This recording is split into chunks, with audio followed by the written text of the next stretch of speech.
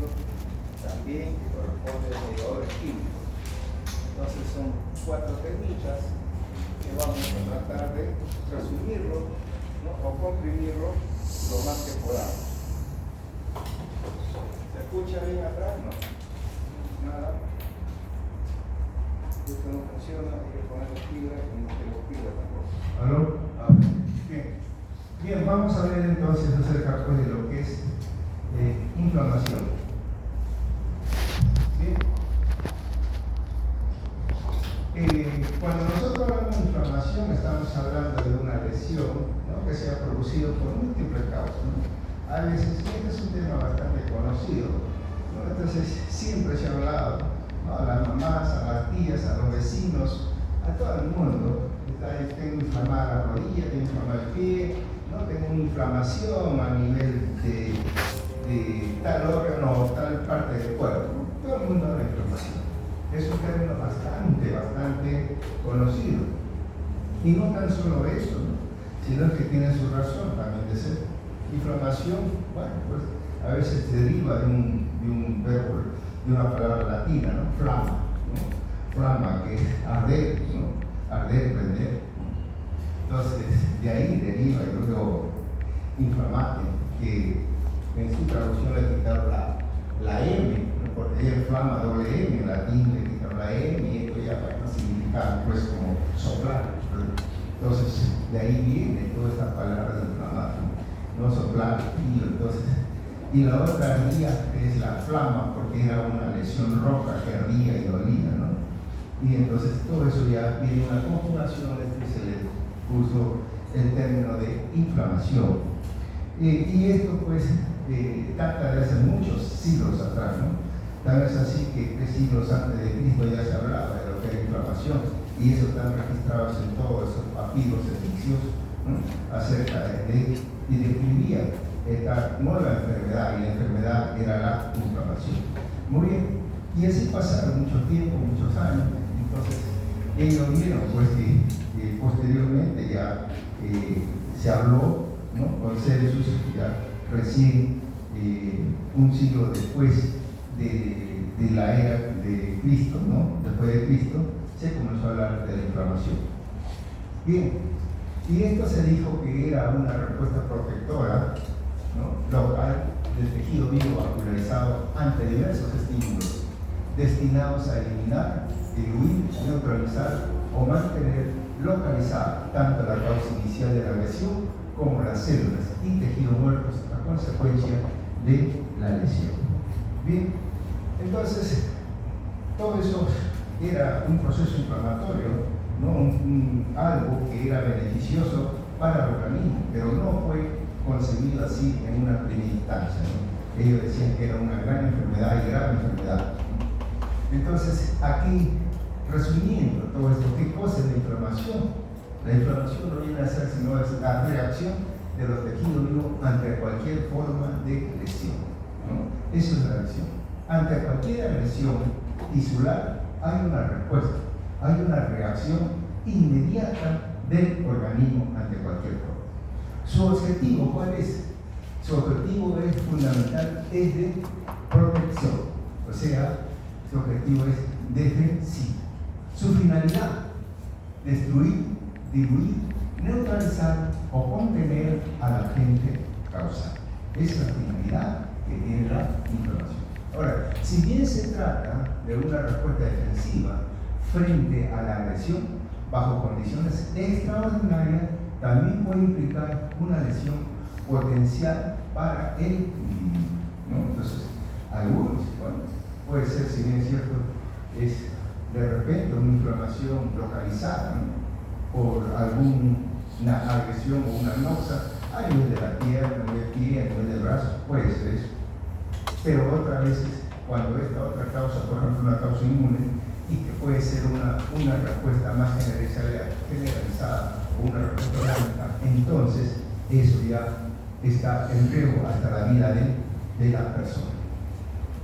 Curiosamente, junto con esta respuesta se propicia además un segundo fenómeno, y este fenómeno, ¿no?, es lo que nosotros conocemos como la reparación.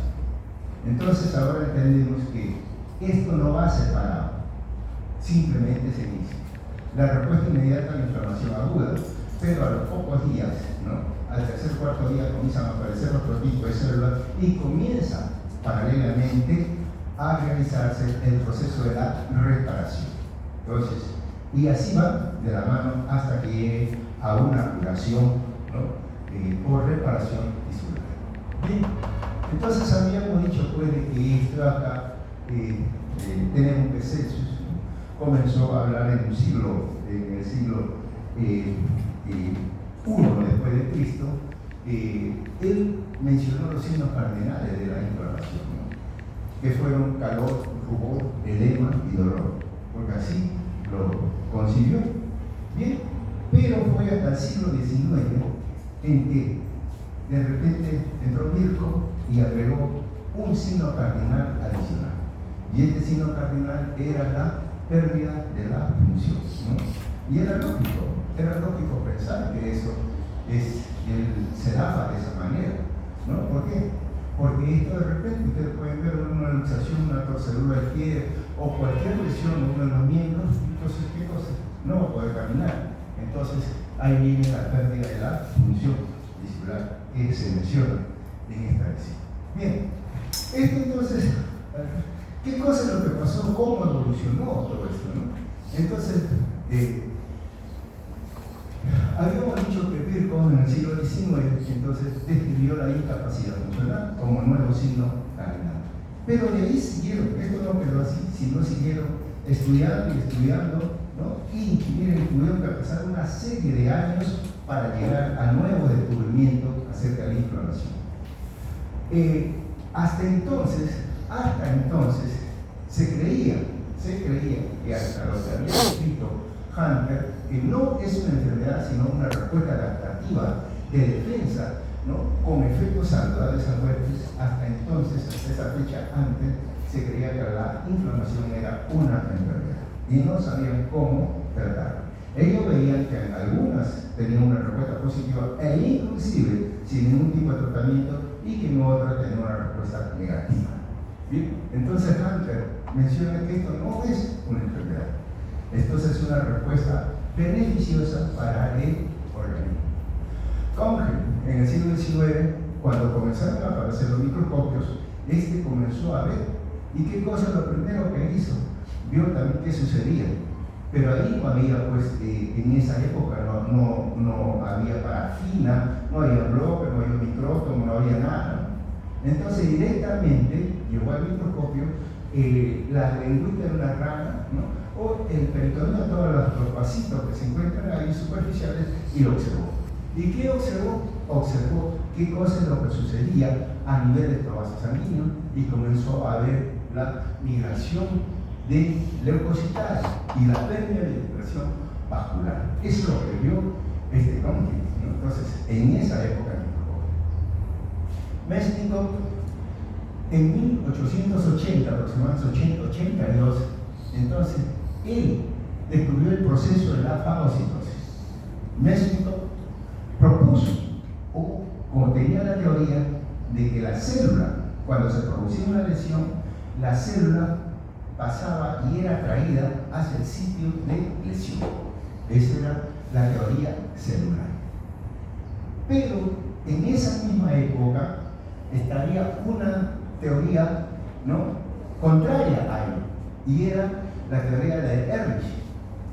Ehrlich decía que no, que la célula no podía llegar ahí. Quien iba al lugar de infección era células, la sangre, o que la plasma y sangre iban ahí al lugar de la inflamación. Entonces, Ehrlich planteó la teoría humoral, ¿no?, de la inmunidad. Entonces, el propósito de la inflamación es llevar plasma, o sea, todo lo que se transfería, toda la permeación vascular, iba directamente al lugar de la lesión. Eso fue el tipo. Pero eso dio lugar a la aparición de la teoría humoral y la teoría celular, ¿no? Y eso le valió a ellos le valió un premio Nobel en 1908 por descubrir esa teoría. Posteriormente, Lewis estableció y descubrió una sustancia inducida localmente, ¿no?, por la lesión y que mediaban los cambios vasculares en la inflamación. O sea, ellos vieron que ahí se producía cierta sustancia y que muchos de ellos eran beneficiosos. ¿Esto qué cosa descubrió con la histamina, por ejemplo? Dio lugar al descubrimiento de todo lo que es los mediadores químicos. Y de ahí comenzó, bueno, a desarrollarse y saber más acerca de todo este proceso. E inclusive hasta la fecha siguen todavía hablando y siguen estudiando y proponiéndose algunas teorías acerca de estos mediadores químicos. Muy bien, hasta ahí tenemos eso. Entonces ahora con todo esto, ¿qué células son las que intervienen en la inflamación? Estas células son importantes. Son células circulantes, una de ellas, y otra son células que se encuentran en la matriz tisular y otras que se encuentran en el tejido conectivo. Comencemos con todos los vasitos y las células que están en los vasos sanguíneos. Esto que tenemos aquí, todos los elementos sanguíneos intervienen. Tenemos, por ejemplo, los leucocitos, los linfocitos, las plaquetas, los monocitos, los sinófilos, ¿no? También tenemos los basófilos. Eso sí, también elementos proteicos, por ejemplo, el factor de coagulación, las citoquinas, el factor de complemento, todo eso interviene también. Por otro lado, dentro de la pared vascular, ¿cuáles tenemos ahí? Las células endoteliales, ¿no?, la capa basal y toda la musculatura lisa, ¿no?, de la pared vascular. Eso interviene. Dentro de las células que se encuentran en el tejido conectivo que tenemos ahí, usted ve los mastocitos, ¿no?, los fibroblastos, los macrófagos y algunas proteínas, como son las fibras elásticas, las colágenos, los proteoglicanos que vamos a encontrar. Muy bien, entonces ahí lo tienen ustedes, ¿no? Entonces células circulantes, las que hemos mencionado, polimorfo nuclear, basófilo, linfocitos, monocitos, plaquetas, y proteínas circulantes, factor de coagulación, sistema de acinina y sistema de complemento. Células que viven o están en el tejido, mastocitos, macrófagos tisulares, fibroblastos, linfocitos, y componentes de la matriz extracelular. Muy bien. Componentes de la matriz extracelular que tenemos ahí, a las proteínas, colágenos, elastina, glucoproteínas adherentes, con la fibronectina, la adenina, colágeno fibrilar, ¿no?, la tenasina, los proteoglucanos y la membrana basal de los vasos sanguíneos, constituida principalmente por los glucoproteínas adherentes y los proteoglucanos. Todos estos elementos celulares son los que van a participar en la inflamación. Casi todos en la inflamación alguna, no todos, pero algunos sí, también en la inflamación crónica. Muy bien. Estos son entonces los elementos que van. Ahora, con estos, ¿qué tipo de inflamación? Bueno, también a veces ya sabemos una inflamación aguda, otra inflamación crónica, ¿no? Puede ser inflamación aguda, inflamación crónica, e inclusive algunos mencionaban también como una inflamación subcrónica o subaguda, perdón. Dentro de su etiología, la etiología puede ser infecciosa o no infecciosa. ¿No? Entonces, dentro de la etiología tenemos una variedad, y ya lo vamos a ver en una tablita igual, ¿no? Y inflamaciones específicas y también inflamaciones inespecíficas y específicas, ¿no? Entonces también tenemos esos tipos de clasificación en esta serie. Muy bien, ahí ustedes tienen las causas. Entonces las causas pueden ser múltiples: físicas, químicas, exógenas, endógenas, infecciones, ¿no?, inmunológicas. Cualquier causa puede ser. Física, trauma, el calor, el frío, las reacciones químicas, los ácidos, las bases.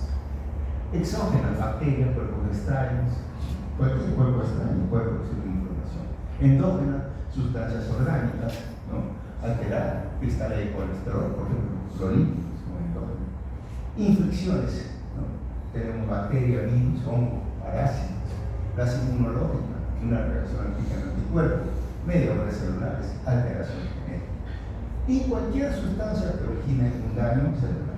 De una gran variedad entonces de todo lo que es esta lesión. Bien, antes de entrar al tema propio ya que nos toca ahora, es bueno siempre saber cuando se produce este tipo de inflamación. Cuando se produce este tipo de inflamación, siempre nos vamos a encontrar cambios hemodinámicos, cambios en la permeabilidad y migración leucocitaria. Todo esto se le va a mencionar, todo esto es lo que ustedes van a ver. Pero en estos cambios hemodinámicos siempre hay uno que son por pérdida de proteínas y otros por una alteración que se va a sufrir a nivel de los vasos sanguíneos. Y eso da lugar a una eliminación de líquidos, de plasma en unos y de proteínas en otros, ¿no? Lo que es eliminación de plasma y sin o con ausencia de todo lo que es elementos celulares, leucocitarios, sobre todo, esto se le va a llamar un trasudado. Sin embargo, cuando hay eliminación, ¿no?, de líquidos con proteínas y elementos celulares, eso es lo que es un exudado. Esto es lo que ustedes tienen que antes. ¿Por qué? Porque esto es importantísimo. Nosotros vamos a tener, y ustedes van a tener dentro de poco, cuando ya estén en internado, o cuando estén haciendo ya los cursos clínicos, cuando estén haciendo la residencia, cuando sean médicos, van a encontrar una serie de líquidos y que ustedes van a mandar a examinar esos líquidos y van a querer si es un exudado o un trasudado, ¿no? Y eso es lo que tienen que saber ustedes, claro. Porque esto es importantísimo, ¿no? Entonces, ya si es un exudado, ya yo sé que hay que atenerme, y si es un trasudado, también. Y estos son muchas veces lo que es otro cuadrito también que ustedes lo van a tener, lo van a revisar, ¿no? Y la diferencia entre un exudado y un trasudado, ¿no?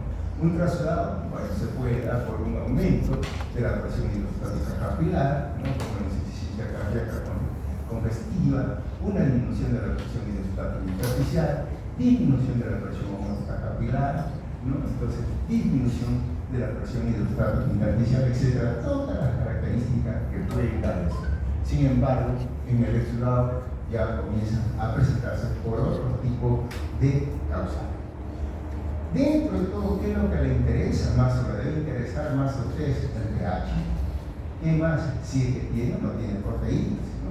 Y la glucosa, eso es importante para, ¿no?, el pH. Bueno, siempre un trasudado, ¿no?, mayor de 7.3 y un exudado menos de 7.3. La proteína en un trasudado menos de 3 gramos por decilitro y en cambio en un exudado más de 3 gramos por decilitro. La glucosa también, la glucosa en un exudado más de 60 miligramos por decilitro, en el exudado una glucosa baja, menos de 60. Además de toda esta característica que ustedes ven ahí, lo más importante y lo que a ustedes les va a permitir decir ante qué me enfrento o qué puedo dar para este tipo de tratamientos, ¿no? Bien. Y esto también, todos son otro cuadrito muy importante que ustedes deben conocer. ¿Cuál es la funcionalidad? Esto más que esto es la fisiopatología que ocurre con todos estos elementos celulares, ¿no? Los neutrófilos, los eosinófilos, monocitos, mastocitos y todas las células que intervienen en el proceso inflamatorio, ¿no? Esto es importantísimo. ¿Por qué? ¿Por qué producen? Ustedes saben que los neutrófilos son la primera célula que llega al punto de inflamación. A la NOx es la primera célula que llega. Luego llegan los monocitos posteriormente y van a llegar ya los linfocitos, ¿no? Y cada una tiene sus características. Cada una de ellas tiene una característica especial que vale la pena recordarla. Ustedes la tienen allí, ¿no?, como para que puedan leerla y verla toda su importancia. Muy bien. Entonces, ahora sí, con todo esto, vamos a entrar qué cosa es la inflamación aguda. Nosotros decimos que la inflamación aguda es una reacción inflamatoria inmediata ante un agente agresor. Es de corta duración, puede durar desde horas hasta algunos días. Su intensidad y extensión dependerá tanto de la gravedad de la lesión como la capacidad reactiva del individuo. En estos procesos inflamatorios agudos interviene una serie de mediadores químicos y que son activados por el propio estímulo inflamatorio, ¿no? Esto vamos a ir describiendo poco a poco conforme se va llevando a cabo este proceso inflamatorio o cómo se está desarrollando este proceso inflamatorio. Ustedes a veces, ¿cuántas veces de repente jugando, ¿no? Entonces produce un rascado demasiado fuerte, se empiezan a rascar el cuerpo, la cara, algo, y el mismo queda una huella, queda una línea, ¿no? Esa línea es una reacción inflamatoria. Entonces, y todos esos cuadros que van, o sea, una reacción inmediata, lo que van a producirse, y esta es una respuesta inmediata de corta duración. ¿Y qué cosa es lo que sucede en esto? Hay tres componentes que nosotros vamos a ver en inflamación: alteración del calibre vascular, ¿no? Cambios estructurales de la microvasculatura y migración de los leucocitos. Entonces, y todos estos tres componentes importantes que van a suceder en la inflamación.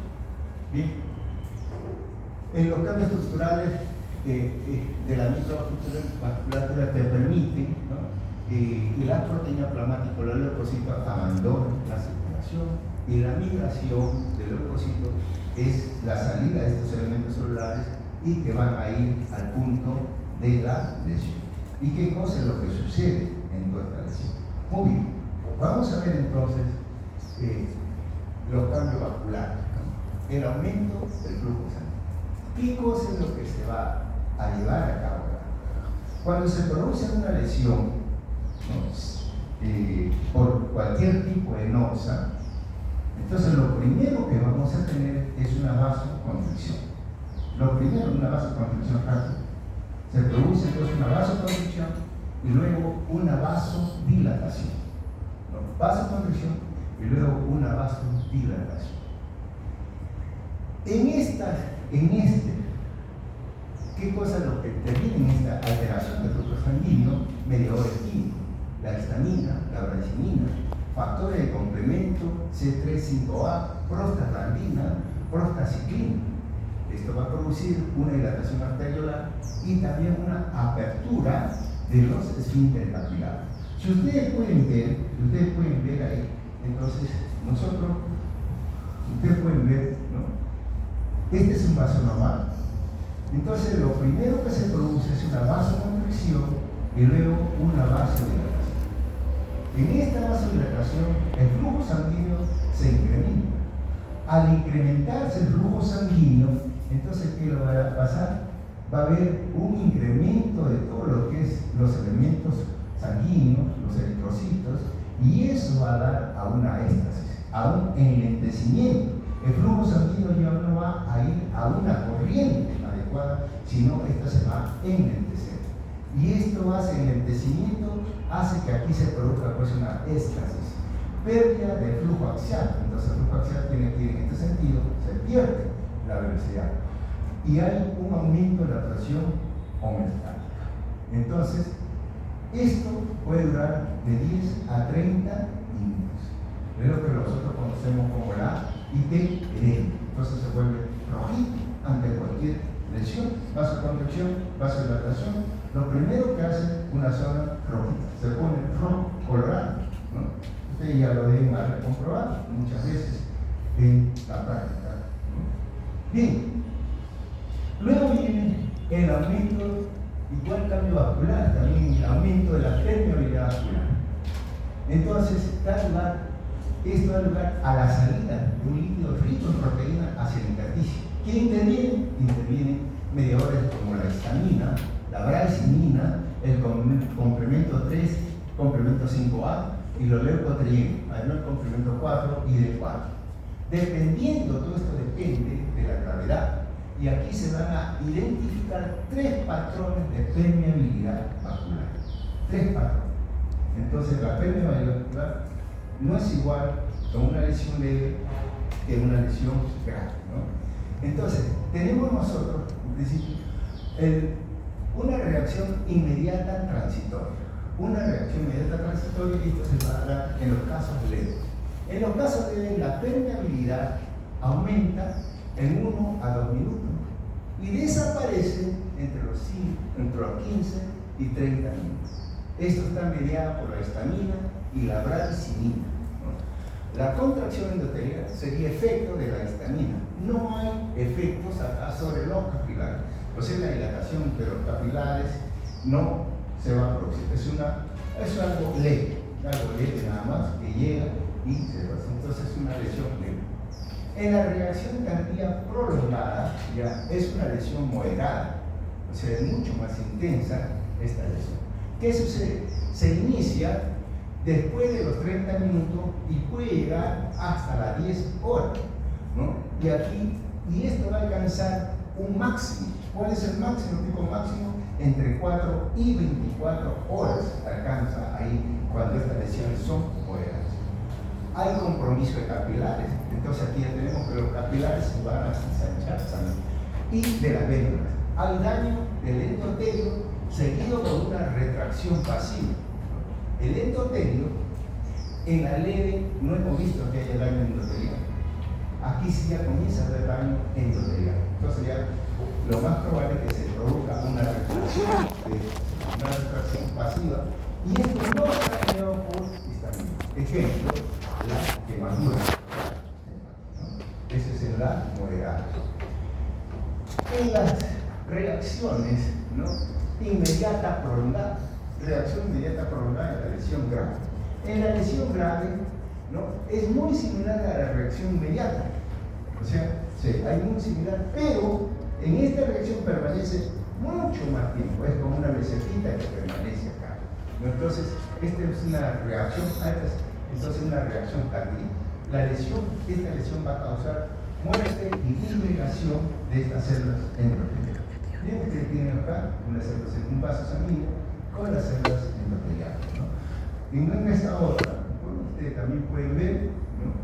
Se produce una ya retracción de estas células endoteliales y por ello salida de los elementos, ¿no?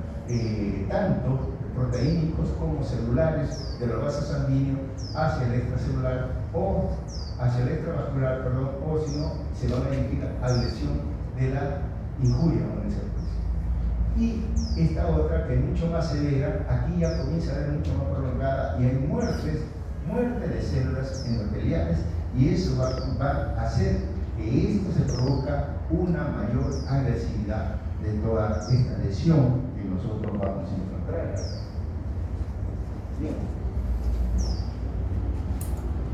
Bien, entonces tenemos esta lesión y luego viene, ¿qué cosa? Cambios celulares. En los cambios celulares que hay, ¿qué vamos a encontrar acá? ¿Qué es lo que va a producirse? Va a producirse una marginación, rodamiento y adhesión. ¿Qué es lo que sucede cuando sucede? ¿Se acuerdan que habíamos dicho que cuando se producía una inflamación aguda, lo primero que íbamos a encontrar era una vasoconstricción y luego una vasodilatación? Cuando había una vasodilatación, entonces esto había un incremento del flujo sanguíneo. Al incrementarse toda esta cantidad de eritrocitos, entonces el flujo sanguíneo, todo el vaso lleno de sangre se enlentecía en esa velocidad, ¿no? Que tiene en su circuito vascular. Pero lo curioso también es de que normalmente los leucocitos o todos los elementos celulares de la sangre van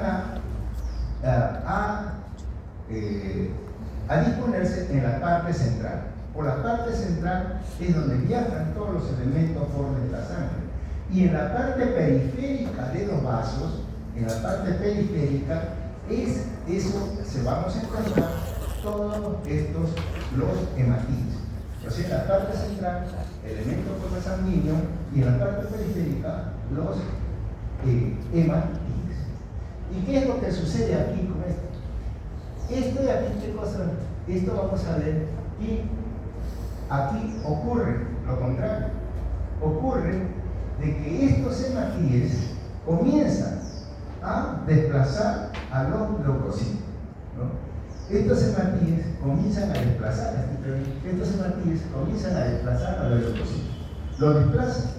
Entonces, de la parte central, lo desplazan porque y desplazan a todos los leucocitos hacia la parte periférica del vaso sanguíneo, como se nota en esta fotografía.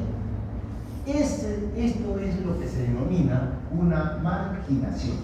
Marginación del leucocito, es el desplazamiento entonces de estos elementos sanguíneos, y hablamos acá directamente de los leucocitos, ¿no?, hacia la periferia de los vasos, y se pone en contacto con ¿qué? Se pone en contacto con las células endoteliales. Muy bien, esa es la marginación. Estas células que están marginadas acá y que se desplazan y se van a poner en contacto, estas células tienen unos receptores. Entonces, estos llegan y ponen en contacto y van de bote en bote, de células endoteliales a células endoteliales a células endoteliales. Entonces, aquí el contacto de esto está en relación con la serotonina, ¿no?, y acá con las quinosinas. Entonces, esto comienza el contacto y comienza a rotar. Eso sería el rodamiento. Marginación, entonces, el desplazamiento del leucocito hacia la pared, ¿no?, de los vasos sanguíneos. El rodamiento, estos leucocitos van a tener contacto en todas estas células endoteliales y van rodando a ese nivel hasta que se hieren. Aquí vamos a tener entonces unos integrinas y que le va a permitir, de repente en alguna de ellas integrina, se hiere y se van a adherir ahí y se hiere. Entonces esto es la adhesión, marginación, rodamiento y adhesión de los leucocitos. Marginación, rodamiento y adhesión de los leucocitos. Luego, estos leucocitos ya están ahí. ¿Y qué cosa es lo que va a pasar? Esto tiene unos movimientos. Entonces, ahí vienen unos movimientos ameboideos y se produce la quimiotaxis, este movimiento ameboideo. Estas células endoteliales, por la lesión misma, se comienzan a retraer. Al retraerse las células endoteliales, aquí van a dejar un espacio interendotelial y por ahí es donde se van a desplazar este leucocito, ¿no?, y van a llegar y se van a localizar en la capa basal. Muy bien. Entonces, la marginación y rodamiento es el proceso de acumulación leucocítica en la periferia de los vasos. A continuación, ruedan sobre la superficie endotelial, fijándose de manera transitoria en la superficie endotelial. Esta es la pavimentación. La migración es la salida, ¿no?, hacia el intersticio de leucocitos y eritrocitos. Los leucocitos migran por un proceso activo mediante movimiento ameboideo y ocurre a través de las uniones interendoteliales. Entonces, ahí tenemos. Muy bien. Ahora tenemos que cosa la quimiotaxis. Bien, entonces aquí ha salido el leucocito y se va a localizar en esta capa basal. No es que salga del río. Entonces se localiza en esta capa basal y encuentra el leucocito. ¿Cuál es la función de esto? Llegar a este leucocito, llegar a este foco infeccioso.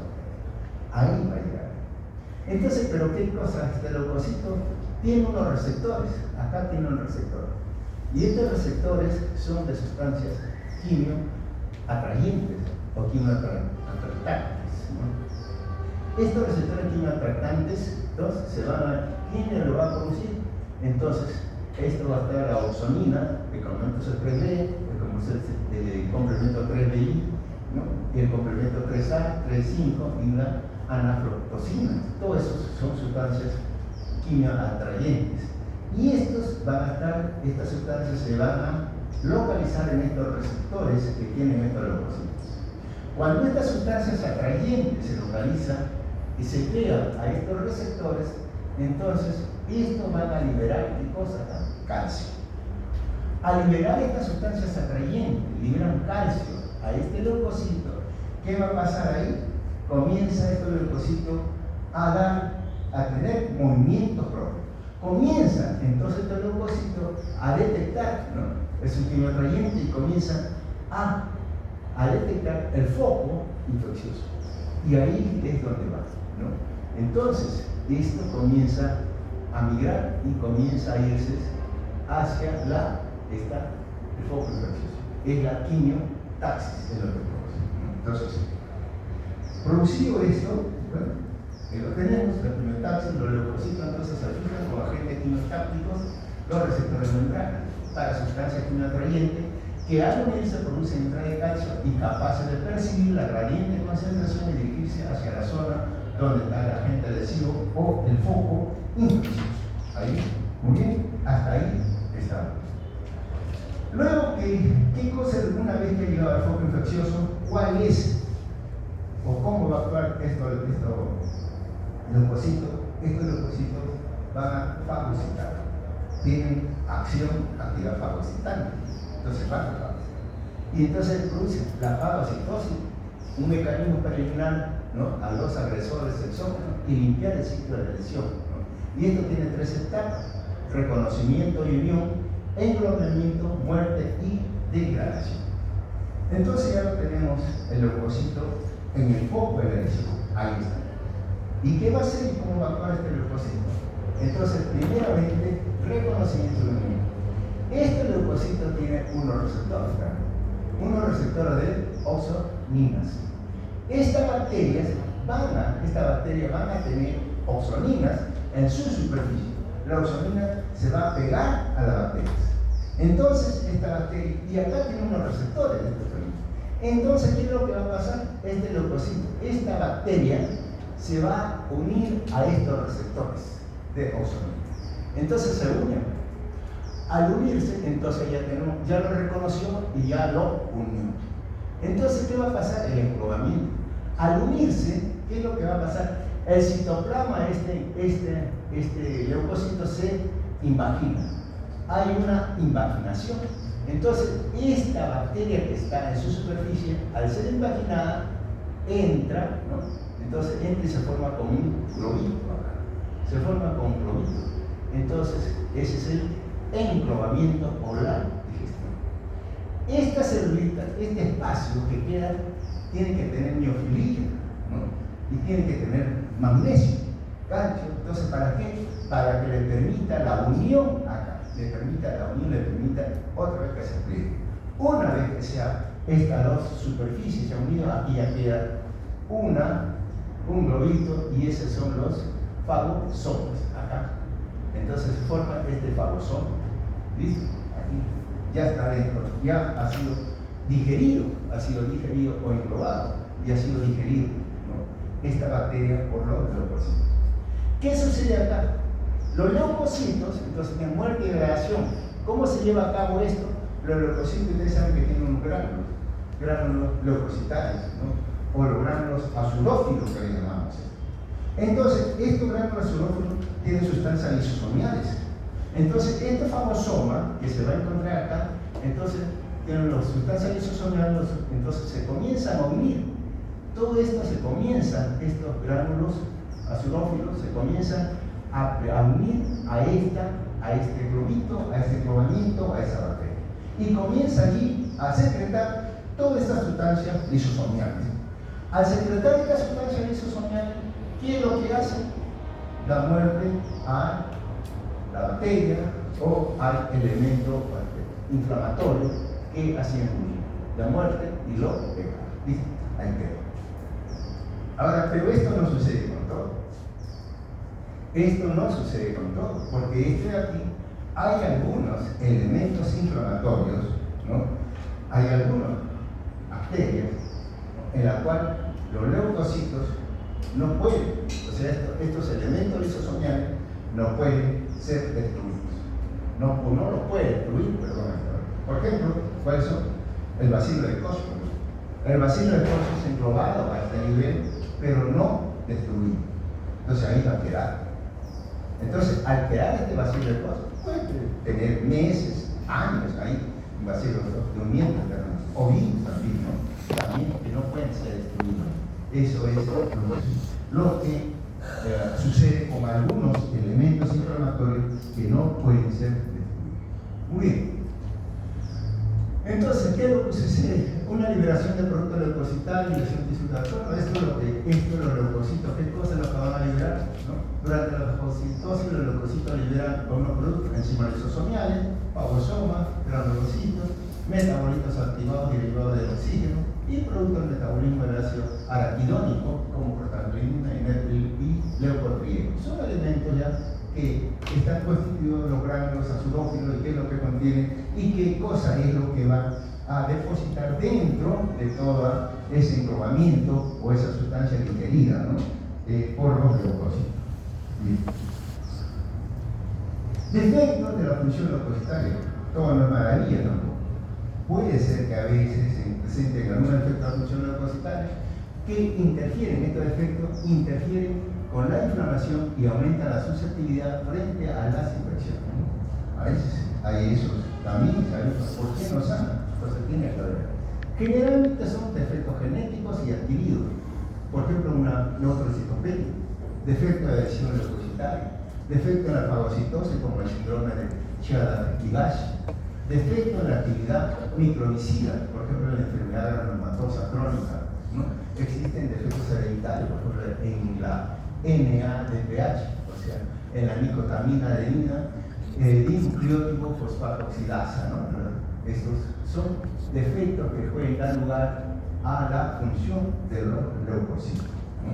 Bien, entonces,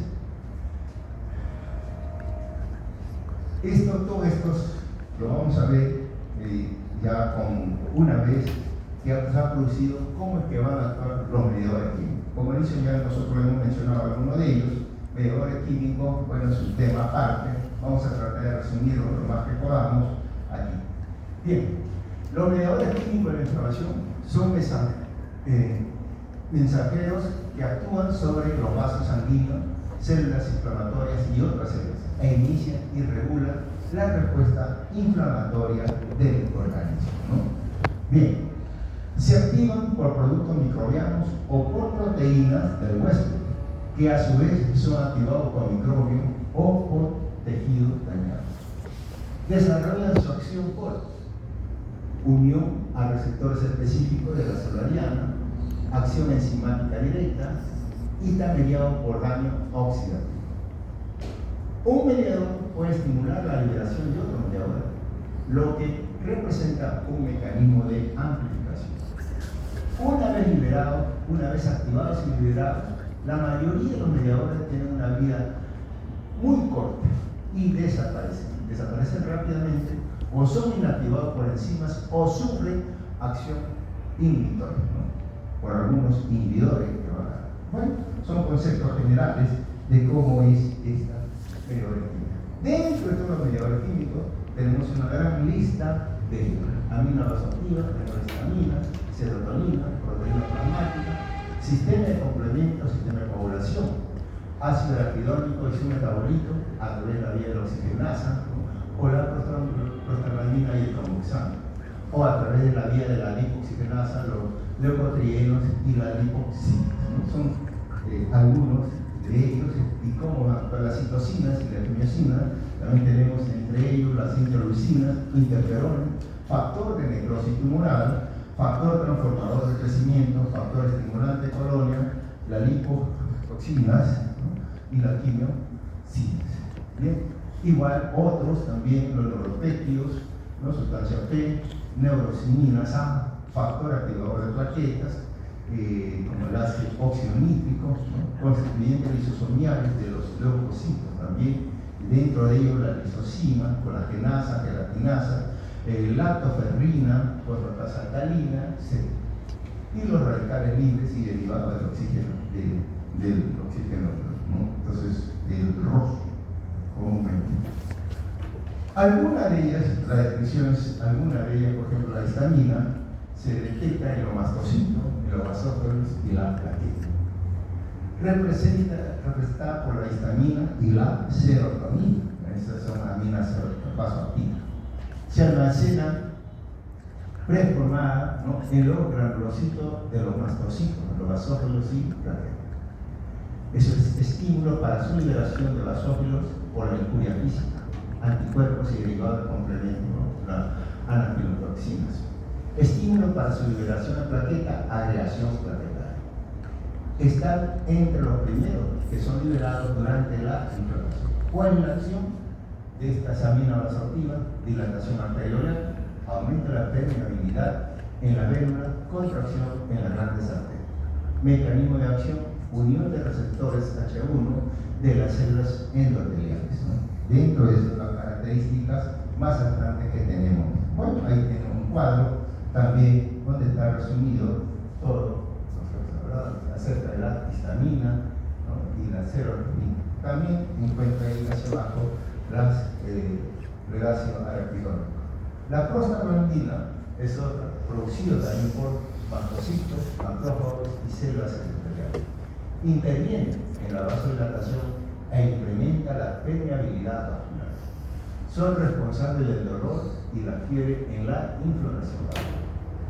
Los leucotrienos, producidos por los leucocitos y mastocitos, producen vasoconstricción, aumenta la permeabilidad vascular y broncoespasmo, sobre todo en el asma bronquial. Bien. Factor activador de las plaquetas, eso también es importante, sobre todo en el proceso reparativo, ¿no? Es un mediador bioactivo derivado de los fosfolípidos, causa agregación y liberación plaquetaria, vasoconstricción, vasodilatación, aumento de la permeabilidad vascular, incremento de la lesión leucocitaria y la quimiotaxis leucocitaria, dentro de sus características funcionales de este factor activador de plaquetas. Las citocinas y la quimiosina también. La citocina es la más importante en el proceso inflamatorio, ¿no? Y si dentro de estos tenemos ahí con mucha importancia al factor de necrosis tumoral y factor de necrosis tumoral alfa y la interleucina 1. Estos son secretados por quién? Por macrófagos activados y el factor de necrosis tumoral beta por las células T.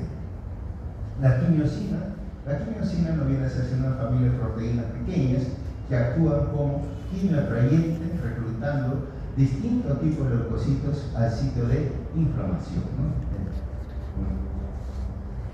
Bien, acá tenemos también otro grupo de una respuesta popular asociada con la celeridad del daño, que cosa lo que se produce a nivel celular y de repente a nivel con todas estas sustancias y con todos estos mediadores que nosotros vamos a ver. Igual en los diferentes tipos de interleucinas, a ver si ustedes pueden ver, diferentes tipos de interleucina, 1A, 1B, 2, 3, 4, interleucina 10. Cada una tiene su fuente de producción y cada una tiene su función diferente, ¿no? Entonces todo esto entra allá dentro de esto. ¿Qué factores modifican la reacción inflamatoria? Cuando nosotros vemos todo, también habíamos dicho, siempre hay algunas alteraciones que se pueden dar o factores que se modifican.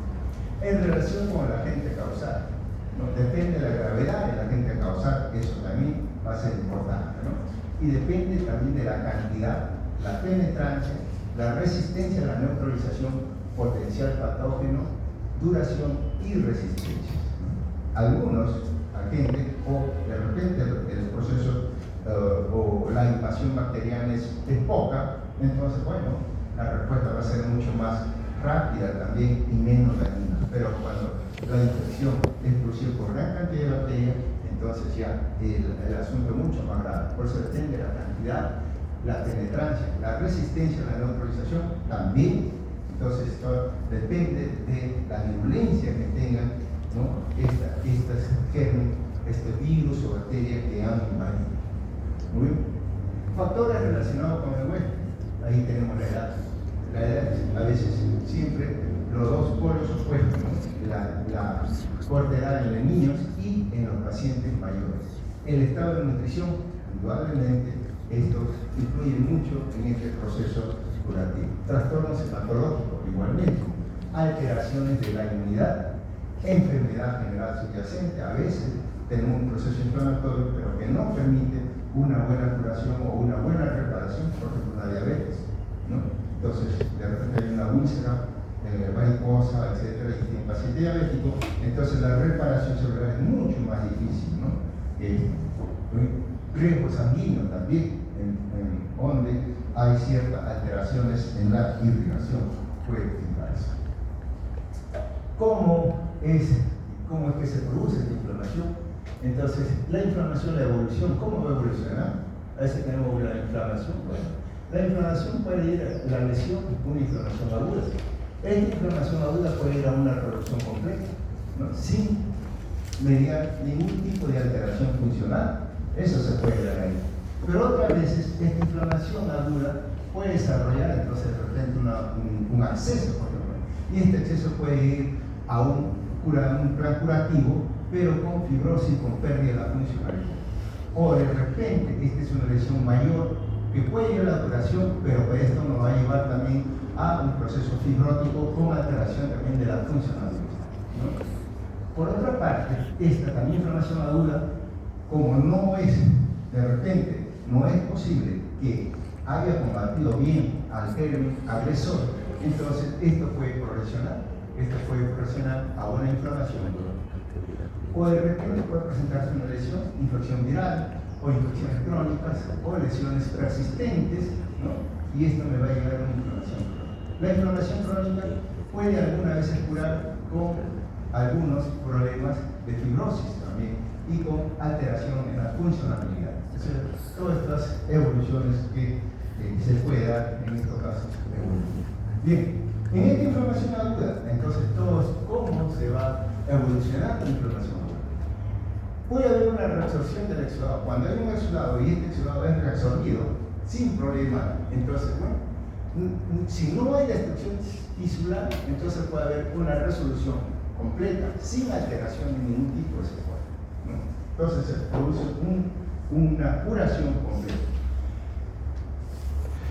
Puede no haber destrucción tisular, pero puede haber fibrosis. Si hay fibrosis, entonces un exudado fibrinoso, por ejemplo, o purulento, con proliferación de fibroblastos y células endoteliales, aquí vamos a encontrar secuelas funcionales del tejido. Esto puede. Ahora, aquí en esta reabsorción del exudado, si ha producido una destrucción tisular, esto puede evolucionar a una regeneración. Y al evolucionar a la regeneración tenemos células con capacidad de regenerarse completamente, ¿no? Y funcionalmente sin dejar ningún tipo de secuela. Por ejemplo, la piel, ya vamos a ver en estos procesos de regeneración y curación dónde va a ser esta regeneración que se procede. Entonces, por ejemplo, la piel, si tenemos un corte en la piel, simple, sencillo, bueno, aquí se puede mejorar. Si hay una reparación del tejido conectivo, entonces las células no tienen capacidad para reproducirse y regenerarse, siendo un tejido necrosado o perdido ¿no? Aquí ser reparado con otro tejido conectivo. Entonces aquí también vamos a ver que hay secuela en la funcionalidad. Muy bien. En la inflamación aguda también puede haber una persistencia del exudado. Si hay una persistencia del exudado, puede haber formación o acceso. Y si hay una formación de acceso puede llevarme a una inflamación crónica. Esos son cómo es que va a evolucionar estos procesos de inflamación aguda.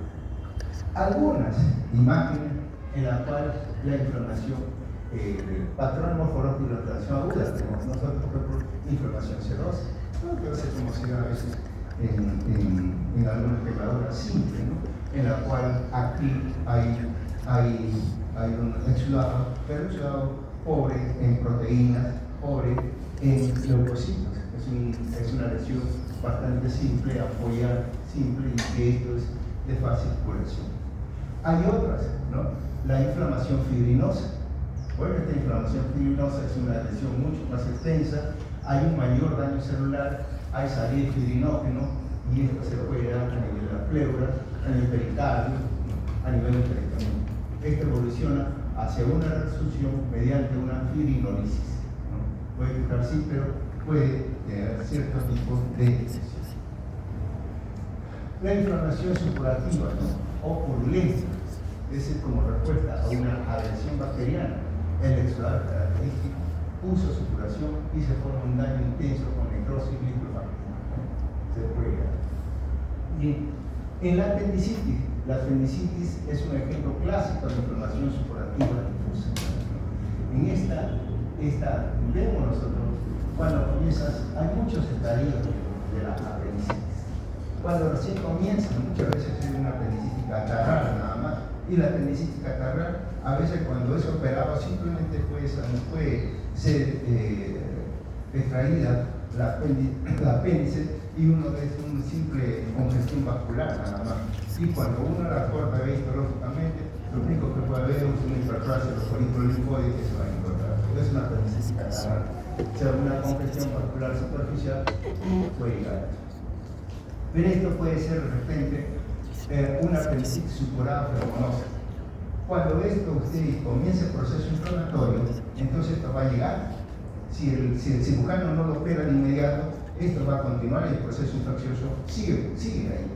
Sigue evolucionando. Porque el cirujano llega ya, que se espere 6 horas porque no tengo operaciones libres para operarlo.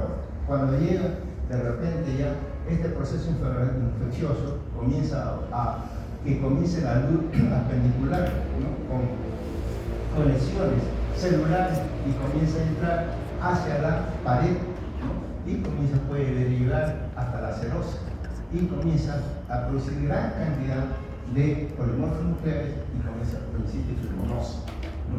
Con un exceso. Esto puede llegar y se puede necrosar apendicitis gangrenosa, ya con compromiso del meso y la apendicitis perforada, que no, entonces a veces la infección es tan severa que basta que uno lo vea que hay pérdida de la capa muscular para decir que esto ya está perforado. Hay algunos con ruptura hasta de la cerosis, ¿no? Y que puede llegar a producir otro tipo de lesiones externas, como el castrón, por ejemplo. El acceso es un acúmulo de pus localizado en un órgano sólido con destrucción del plasma. El empiema es una colección de pus localizada en la cavidad corporal. El acceso a un órgano, el empiema está localizado en una cavidad corporal, por ejemplo, la pleura, pericardio, peritoneo, o en un órgano hueco, empiema de la vesícula biliar. Entonces está bien localizado. El flemón es un proceso supurativo difuso infiltrativo, sin límites definidos, intensamente hiperémico y edematoso, que se desplaza a través de los planos de declive y espacios anatómicos. Entonces, mientras que este acceso se puede de repente fibrosar y enquistar, este flemón no. El flemón comienza a disecar y buscar, ¿no? Un lugar donde drenar todo este componente público. Bien. Entramos a la inflamación crónica. La inflamación crónica es la respuesta inflamatoria mantenida en tiempo como consecuencia de una agresión persistente durante semanas, meses o años, y puede ocurrir bajo 2 circunstancias. ¿Vale? Ya me pasé.